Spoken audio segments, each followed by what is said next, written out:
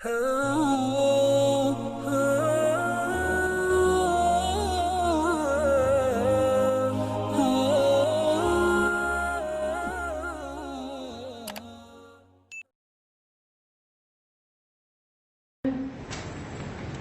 diobatin dengan cara menumbuhkan keyakinan bahwa pahala kita akan habis pada hari kiamat.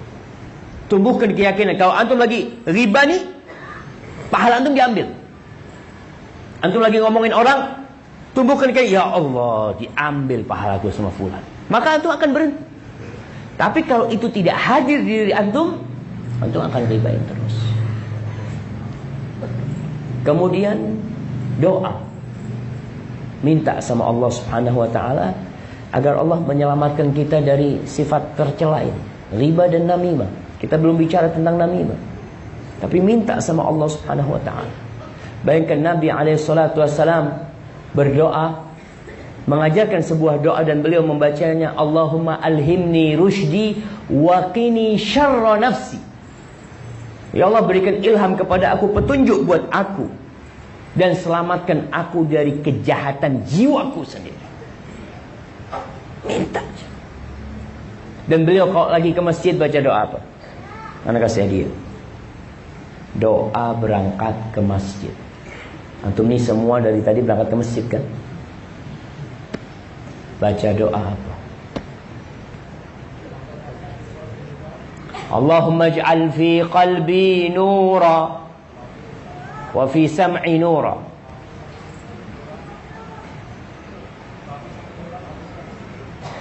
wa fi sam'i nura, fi basari nura, wa fi qalbi nura, wa fi lisani nura. Naam, barakallahu fikum.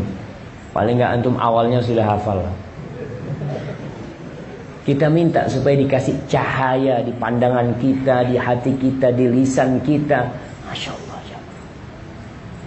di depan kita, di belakang kita. Karena terus terang jemaah, kalau tanpa bantuan dari Allah, kata Allah, ma zaka minkum min ahadin abada. Kalau bukan karena Allah yang jaga kalian, tidak ada satu pun di antara kalian yang bisa menyucikan dirinya. Nggak ada yang bisa. Maka Allah katakan, fala tuzakku anfusakum. Kalian jangan sok suci dengan diri kalian. Allah yang membuat kalian suci. Maka di sini doa adalah jalan pintas.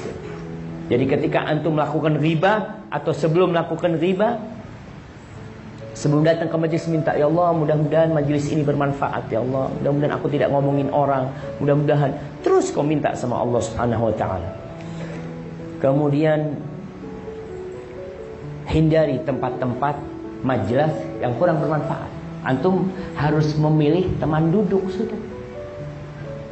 Karena antum tahu kalau anda duduk di tempat itu kayaknya ribain orang. Ya sudah, hindari. Karena terus terang ada orang yang sampai tua renta punya tempat majelis, tempat kumpul-kumpul. Sohibnya tetap dari muda sampai tua itu yang kerjanya ngomongin orang. Dan dia tidak mau berubah. Ya kau kalau ingin taubat sama Allah, kau tinggalkan teman-teman, ganti dengan teman-teman yang baik. Karena as-sahibu sahib, teman itu menarik antum. Kalau temannya itu suka berbicara tentang urusan agama, dan ini kadang-kala juga masalahnya kita lagi ngomong masalah agama, adalah ganti topik lah. Topiknya kurang menarik. Kalau ngomong masalah mobil, Masya Allah, ada mobil yang baru, mobil kayak gini ya cocok nih anak kayak gini. Kalau akhirnya satu ngomong masalah agama lagi, aduh, topiknya terlalu berat. Kita tidak mau berbicara tentang masalah itulah. Maka antum hindari tempat-tempat duduk yang membuat antum akhirnya melakukan riba. Baik, kemudian kita masuk ke babu an-namimah. Kita selesai udah dari riba. Antum insyaallah udah paham tentang bahaya riba, tentang sebab-sebab riba, tentang bagaimana mengobati riba. Sekarang tentang namimah. Rasulullah SAW mengatakan la yadkhul jannah namam. Tidak masuk surga orang yang mengadu domba. Tidak masuk surga. Ini ancaman. Dan Nabi mengatakan syarrun nas yaumal qiyamah, orang yang paling buruk pada hari kiamat dzul wajhain, orang yang punya dua muka. Bermuka dua. Ya'ti ilan nas biwajhin wa ya'ti ilan nas biwajh. Dia datang ke fulan dengan wajahnya dia. Dan dia datang dengan fulan dengan wajah dia. Artinya dia berusaha ngambil hatinya fulan, berusaha ngambil hatinya fulan, lalu dia adu domba dua orang itu. Ini orang yang paling buruk pada hari kiamat. Seharusnya dia diperintahkan memperbaiki dua hubungan orang yang rusak, ternyata dia malah merusak dua hubungan orang yang baik.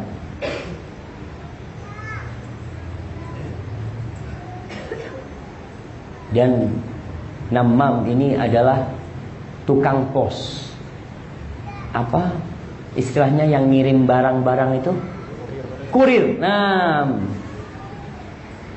Namam ini adalah kurirnya syaitan untuk menuju neraka.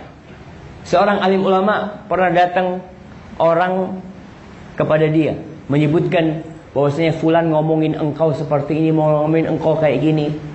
Apa kata alim ulama ini? Setan itu nggak dapat orang lain kecuali engkau.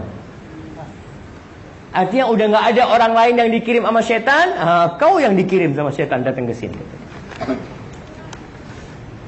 Ummu Darda radhiyallahu taala anha. Pernah ada orang yang datang ke Ummu Darda. Ya Ummu Darda, aku datang ke majelisnya Abdul Malik bin Marwan. Aku lihat di sana itu ada orang yang ngomongin engkau, ngomongin keburukan tentang. Apa kata Ummu Darda? In nu'ayyar bima laysa fina, atau in nu'ban bima laysa fina. Kalau kita dicela dengan sesuatu yang tidak ada pada diri kita, kita ini udah sering dipuji dengan sesuatu yang tidak ada pada diri kita. Biarin udah. Dan jamaah, kita hati-hati ketika menukil omongan orang. Makanya para ulama menjelaskan bagaimana kita menghadapi orang yang namimah, yang memindah omongan orang kepada kita. Apa yang harus kita lakukan? Apa kita percaya dengan omongan dia? Jangan. Yang pertama, kalau ada orang namam, orang memindah omongan kepada kita, antum jangan percaya sama dia. Iya Ustaz, anak nggak percaya Ustaz, anak akan cross check. Jangan cross check. Kalau antum cross check berarti percaya sama omongan dia. Umpamanya datang, afwan Ustaz, anak ini termasuk orang yang ngefans sama Ustaz. Ana cinta sama Ustaz. Syuf, ana tadi duduk di majelisnya fulan Ustaz. Orang itu ngomongin Ustaz. Apa yang anak katakan? Masya Allah, jazakallah khair, Allah barik fikum. Kau benar-benar orang yang setia, Masya Allah. Dosa kita kalau sudah percaya sama dia. Karena namam ini orang fasik. Allah mengatakan, ya ayyuhalladzina amanu in ja'akum fasiqun binaba'in fatabayyanu. Kalau datang orang fasik kepada kalian, jangan kalian percaya. Kalian perlu tabayyun. Oh, berarti kita perlu tabayyun lah. Untuk urusan namam, kalau orang ini hendak mengadu antum sama orang lain, antum tidak perlu tabayyun. Antum perlu kasih nasihat nih orang. Kalau antum percaya sama orang ini, akhirnya antum tabayyun, antum akan rusak hubungan. Maka antum kasih nasihat nih orang yang namam sini. Afwan, antum itu namam. Seharusnya antum tidak menukil omongan dia. Antum paling tidak kasih nasihat. Tapi nggak masalah, anak akan datang ke fulan. Kalau memang fulan ngomongin anak, kita udah kemakan sama omongan dia. Jangan datang ke fulan. Kita jangan percaya omongan dia, kemudian kita mengingkari kemungkaran dia, lalu kita benci dia. Ini orang yang mengatakan, wallahi Ustaz, ana cinta sama antum lillahi ta'ala, uhibbuka fillah. Antum harus benci dia karena Allah. Karena Allah benci sama orang-orang namam. Allah benci. Bahkan Allah ancam, la yadkhul jannah. Dan namam ini termasuk perusak hubungan. Allah mengatakan, innallaha la yuhibbul mufsidin. Allah tidak suka dengan orang-orang yang merusak. Kemudian orang yang memindah omongan orang kepadamu, bisa jadi dia juga mindah omonganmu ke orang lain. Maka antum harus berhati-hati sama nih orang. Antum lihat, oh kayaknya anak harus jaga jarak sama fulan. Nah, kenapa? Dia sudah mindah omongan orang. Bisa jadi omongan antum direkam. Kadangkala datang ini, ingat jamaah, majlis khusus itu adalah majlis yang amanah. Jangan antum ngomong sama fulan direkam sama antum. Kemudian antum punya bahan, datang ke orang lain, fulan ngomongin antum. Enggak, anak enggak percaya, anak punya rekamannya. Tapi ingat, jangan ditebarkan kepada orang lain. Antum dapat orang kayak gini, oh, hadza rajulun mufsid. Ini orang perusak hubungan. Kemudian bagaimana sikap antum sama orang yang sudah diomongin? Antum husnudzan sama tuh orang. Antum husnudzan. Kita disuruh menghindari suudzan. Allah mengatakan, ya ayyuhalladzina amanu ijtanibu katsiran minadh-dhann inna ba'dadh-dhanni itsm wa la tajassasu. Awal rusaknya hubungan itu dari suudzan. Kemudian setelah suudzan kita akan tajassus. Kita umpamanya dengar fulan ini umpamanya jualan bakso. Fulan jualan bakso, kayaknya baksonya ini bakso celeng. Belum tahu celeng? Nah, bakso celeng. Anak akan kirim orang untuk meneliti. Ada apa antum kirim orang meneliti? Antum datang ke dia kalau mau dikasih nasihat. Tapi gara-gara suudzon antum sama dia, kalau tidak ada bukti, antum jangan mengatakan seperti itu. Karena antum akan tajassus, akan memata-matai gerakan dia. Lalu antum akan ribain dia. Yang terakhir antum akan namimah dia dengan orang lain atau dengan pedagang lain. Akhirnya hubungan ini jadi rusak. Maka antum husnudzan sama saudara antum, orang yang ribain itu. Pernah ada seorang datang kepada Umar bin Abdul Aziz rahimahullahu ta'ala. Dia mengatakan, ya Amirul Mukminin, ada fulan gak benar nih, ngomongin kayak gini tentang engkau. Apa kata Umar bin Abdul Aziz?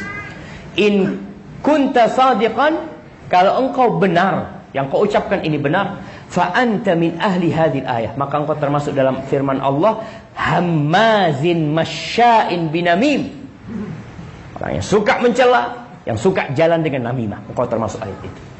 Wa in kunta kadziban, kalau engkau bohong, fa anta min ahli qaulihi ta'ala, maka engkau termasuk dari firman Allah, ya ayyuhalladzina amanu in ja'akum fasiqun binaba'in fatabayyan. Wahai orang-orang beriman, apabila datang kepada kalian orang fasik, maka dia bawa berita, kalian perlu cross check berita dia. Wa in syi'ta, kata Umar bin Abdul Aziz, kalau kau mau kita maafkan kau. Kita akan maafkan kau dari kerjaan kau mindah omongan orang. Apa kata orang ini? Ufu anni ya Amirul Mukminin, maafkan aku. Jadi para jamaah, hati-hati tatkala kita berbicara, tatkala kita duduk, tatkala kita mendapati omongan orang. Dan ingat, kalau antum berbicara sama orang kemudian orang itu tolah-toleh, kadang-kala ngobrol sama antum, dia nolak. Mas, nih ada kejadian nih, ngomong dia, ingat omongan itu rahasia. Orang itu ngomong, mas ini rahasia mas ya. Dia nggak ngomong rahasia, sebenarnya itu rahasia. Rasulullah SAW mengatakan, idza haddatsa ahadukum akhahu thumma iltafat, kemudian dia menoleh, ingat itu amanah. Dengan menoleh aja berarti itu sudah amanah. Dia kepingin pembicaraan ini cuma 4 mata antara dia.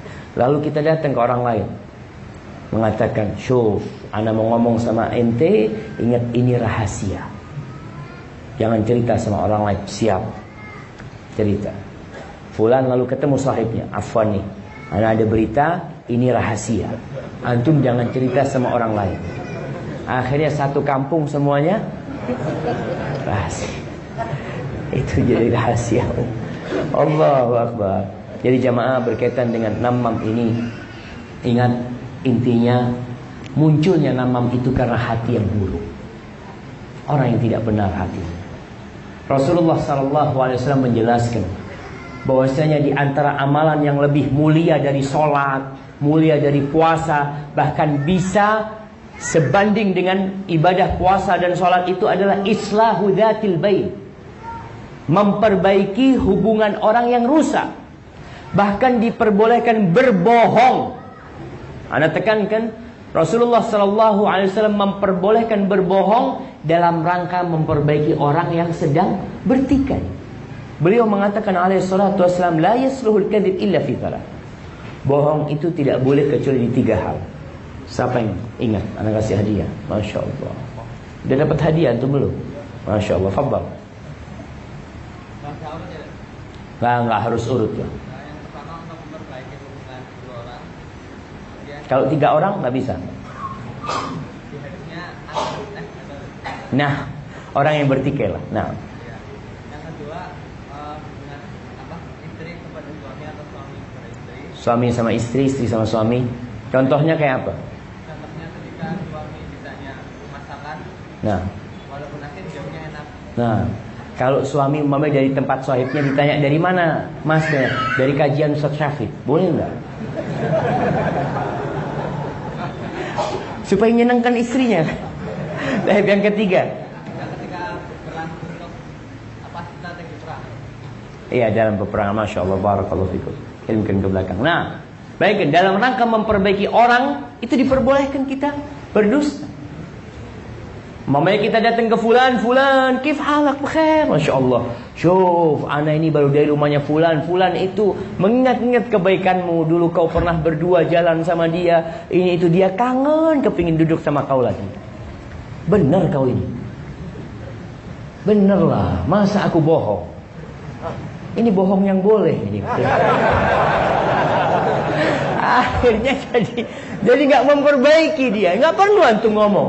Antum mengatakan iya, antum kalau mau bukti kita berangkat ke fulan. Kalau antum mau bukti kita berangkat ke fulan. Baik, ana mau cari waktu ketemu fulan. Antum datang ke fulan. Fulan ini kangen sama engkau. Dia kepingin datang sama engkau. Kalau dia datang kau jumpain dia, aku jumpain lah. Kenapa? Aku juga kangen sama dia. Ketemu dia orang berpeluk-pelukan, alhamdulillah. Ini diperbolehkan. Dan suami istri, nah, diperbolehkan berbohong, tidak berbohong yang sebenarnya. Karena ada seorang suami kawin lagi jemaah, Allah yahfaz min kulli syarr. Ini cerita Syekh di Riyadh. Dia kawin lagi. Dia setiap sore izin sama istrinya. Dia mau datang kajiannya ke rumahnya Syekh fulan. Oh, fadol, senang suaminya. Apa istrinya senang banget, suaminya sudah ngaji, taat, Masya Allah. Setiap sore pokoknya kajian sampai Isya mungkin dia balik gitu kan. Akhirnya si kakak istrinya datang dari luar kota atau dari tempat itu juga tanya, mana suamimu? Alhamdulillah bang, suamiku sekarang setiap sore kajian ke tempatnya Syekh Fulan. Katanya suaminya Syekh Fulan ini dari 4 bulan yang lalu sudah pindah dari kota ini. Masa? Istrinya, iya kata dia. Masya Allah. Akhirnya suatu hari suaminya izin, istriku mau kajian. Fadol bang kata dia. Diikutin sama istrinya. Masuk ke sebuah rumah. Diketuk sama istrinya. Assalamualaikum. Dibuka sama suami. Ada apa kau di sini kata dia? Mau ikut kajian sama Syekh Fulan. Ikut kajian sama Syekh Fulan. Allah yahfaz min kulli syarr jemaah. Hati-hati kebohongan yang boleh itu tadi kebohongan yang sebenarnya untuk menyenangkan hati istrinya. Ketika berbicara tentang masakan, tentang cinta, dia katakan kepada istrinya, wallah, ana kalau melihat perempuan 1000 wanita, ana tundukkan pandangan ana hanya melihat